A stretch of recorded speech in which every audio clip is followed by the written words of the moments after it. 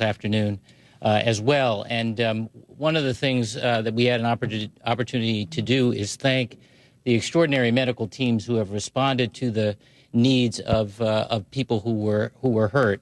One of the things we learned is that there is a need for blood on a sustained basis. So this will be, I just want to make sure everybody understands this the way I think I understand it. Do not go and make a donation today, but next week and the week after that, there will be an ongoing need for blood donations. So members of the public who are following these announcements, who are inclined and able to make blood donations at their local hospital or through the Red Cross, next week and the week after that, our medical professionals anticipate a need. We are going to have an interfaith service. It will be at 11 o'clock on Thursday morning. It'll be held at the Cathedral of the Holy Cross in the South End. I'm very pleased that the President will join us for that to help us all heal. Another point that I wanted to make before I open it up to questions. You've heard Special Agent DesLauriers and many, many others in law enforcement tell you what we can tell you about the ongoing investigation and the fact that there is not yet an identified suspect. These are times when all kinds of forces sometimes conspire to make people start to think of categories of people in sometimes uncharitable ways. This community will recover and will heal if we turn to each other rather than on each other. And one of the things that we'll emphasize at the Interfaith Service and that we want to emphasize by our example every day is that we are one community, as the mayor said. We are all in this together, and the sensitivity we show to each other as we heal will be an important part of how we heal. And now we're happy to take your questions.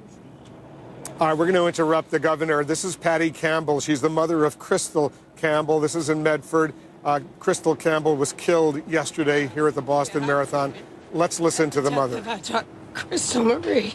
She was a wonderful person. Everybody that knew her loved her. She loved her dogs. She was a dynamite girl. She had a heart of gold. She was always smiling and friendly. You couldn't ask for a better daughter. I can't believe this has happened. She was such a hard worker at everything she did. This doesn't make any sense. Thank you. Thank you. What kind of a daughter was she, ma'am? She was the best. You couldn't ask for a better daughter. Thank you, guys. Thank you for respecting their privacy. Very moving words from the mother of Crystal Campbell. Crystal Campbell, the young woman who was killed yesterday, one of three who were killed here in Boston. Very, very moving words from Patty Campbell. Let's go back to the other news conference. The police commissioner is now speaking. With the finish line this year and assigned more offices down in that area. I think if you look at the videotapes, you can see that. So we'll have a lot of time to vet all these plans and to determine exactly what happened here. But this is going to be an integral part of the ongoing investigation. Did something go wrong here, though, with your plan? Was there a weakness in the top? Clearly, they exploited a weakness. Well, you know, this is a soft target. And so anybody can go into a church and do this type of thing. When you have an event like this, you can't lock it down like it's a military operation.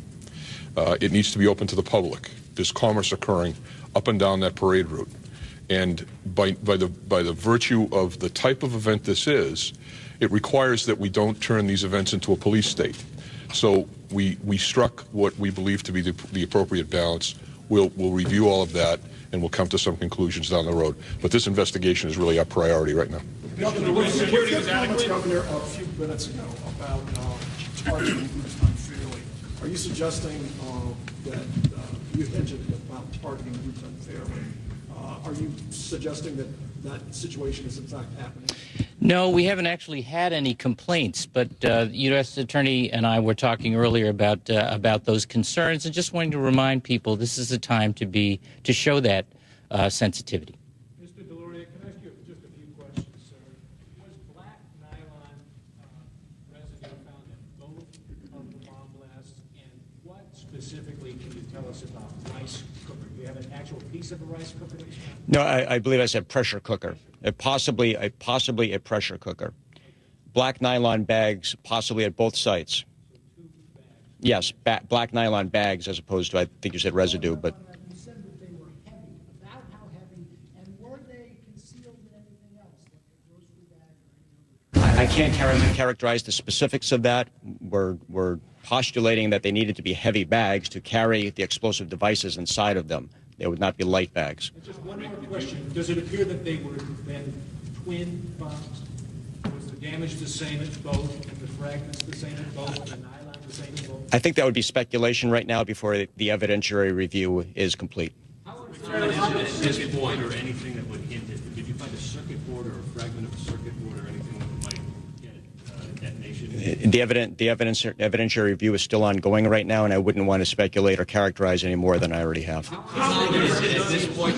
How uncommon is it at this point in the investigation, in this type of attack, not to have anybody come forward? There are a variety of reasons why. This is a very complicated investigation. It is going to be pursued methodically, carefully, diligently, but with a sense of urgency. And we are barely 24 hours on into this investigation. So I would say that this is still in its early stages. And that's the best way I can characterize that right now. Mr. Governor, has the city or state ever issued guidelines to commercial property owners on how to deal with these kinds of attacks or disasters in the past? And are you going to do that going forward if you haven't? And as they're rebuilding their properties on Boylston Street, will you encourage them to do so with reinforced glass windows like places that have more frequent attacks? It's one question per customer. You know that, right? Get them all in at once if you can. So I don't frankly know the answer to the first question, other than the guidance that folks along the route get in preparation for a specific event. In terms of how we go forward, I'd just like to remind everyone we've had 116 years of incident-free marathons, and every year we have learned from the last experience. This is a painful and tragic lesson, but we will learn from this as well, and next year's marathon will be even bigger and better. How many people were through that area over the course of the day, would you say? What's the ballpark range of how many people? I don't know the answer to that. Do you? We do not. You're talking about in the area where the blast occurred, in particular? Yeah. We don't make specific estimates on crowds, but tens of thousands of people are right at the finish line, and in this group of people extends off and on for 26.2 miles. 24 hours later, how much closer are we finding out? There's been a lot of work done. They are literally going over the crime scene with a fine-tooth comb, and there's a lot of information that's coming from the evidence and from our analysis of video. But it's very early in the investigation, as Mr. DesLauriers said quite clearly. This has to be a methodical investigation that is not a rush to any particular end. We have to be very cautious here. Especially to DesLauriers, knowing what you know about the devices now, are these things that bomb-sniffing dogs could find? I couldn't speculate on that right now. Again, we're still in the process, as Commissioner Davis just mentioned, we're still in the process of going through the evidentiary review at the crime scene. That process is not completed yet. It is ongoing, and I wouldn't want to speculate or characterize that anymore until that process is complete.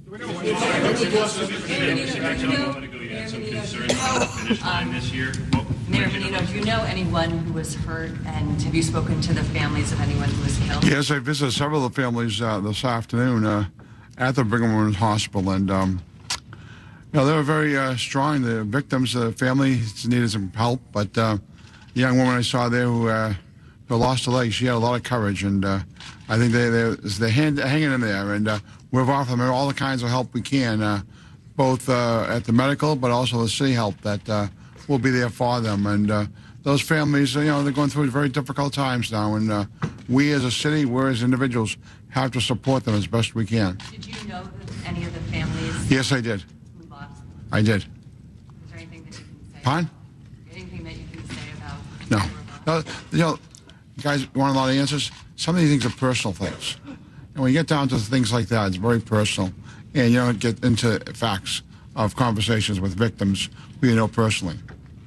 Mr. Davis, you said earlier that you pay special attention to expand on that. Why? What particular threat did you have? Well, as the governor said, we review each one of these events, and at the end of our review last year, we determined that the crowds were larger than usual, and so we put extra officers at the event, especially towards the end of the race, and especially when the runners were first coming in.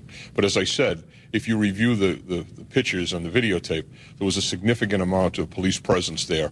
The officers are lining the route, looking into the crowd, which is what their job is.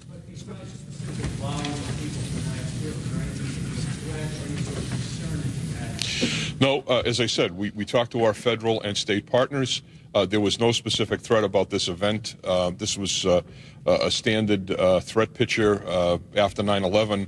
We're certainly very vigilant, but there was nothing specific about this particular event. We had teams of undercover officers in the crowd, working the crowd at the end of the race, which is standard procedure because of pickpockets that occur in that area. Those teams were out there. They were fully deployed, as were our EOD dogs, which were in the area all through the race. What? Stop to an effort on the part of Boston College, I believe, to organize 8,000 people to walk the last 5 miles of the marathon route. Is that something you're aware of? I'm not aware of it at all. Friday? No. Does law enforcement know anything about that? No. Agent DesLauriers, if I could just hate to belabor this, but you're all like there's a mention of circuitry or a circuit board timing device that was found. Can you say anything about that? And I'm assuming now you guys have swabbed the residue and know the agent that was used explosively. Is that something you want to share with the store owners that you have tested? No, I believe the circuit board was brought up by a member of the media right here and not in my remarks, so I'm not prepared to speak to that, any aspect pertaining to that right now.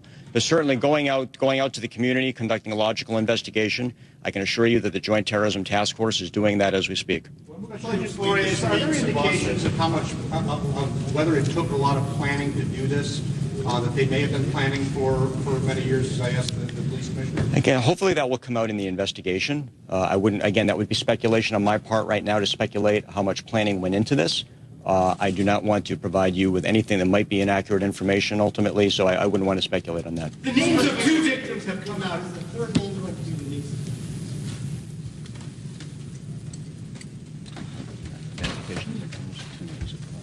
Right, the third victim we're having trouble identifying, so I don't know where we are with that, but it won't be until next of kin is notified. That's what you got to do. Right. Commissioner Davis advises me that there is not enough work done right now to make a notification to the next of kin for the third victim. Special Agent, can you be clear on how many pressure cooker remnants you may have found, possible pressure cooker remnants? One at each site. Can you just be clear on that? And 2, given that your discussion of pressure cookers, what's the sophistication of that? Is this something that's made in the basement, or? No, I think pressure cookers, Milton, we're familiar with those. They're relatively ordinary cooking devices, historically going back several years. As far as precisely what evidence was found at what location, I wouldn't want to go into the details of that right now. That there are multiple pieces of evidence that are at the crime scene, as you might well imagine from the serious, tragic nature of this event. That analysis is ongoing right now, and I wouldn't, again, as I mentioned before, I wouldn't want to provide you with inaccurate information right now as to whether specific pieces of information were found at both crime scenes. Information that could possibly be a pressure cooker was found at the site, and we are putting that out to the public in an attempt to generate any lead information. When will the troops be gone from the city? When will the National Guard be gone? When they're not needed anymore. The job of the National Guard right now is to secure the crime scene. The work of going through the crime scene continues. We're not going to rush that. That will involve some inconvenience to people, but I can't tell you when that work will be finished. The other thing the National Guard is doing is helping with the random bag checks in the T, and that'll continue for the next day or so anyhow. What are you doing on getting video from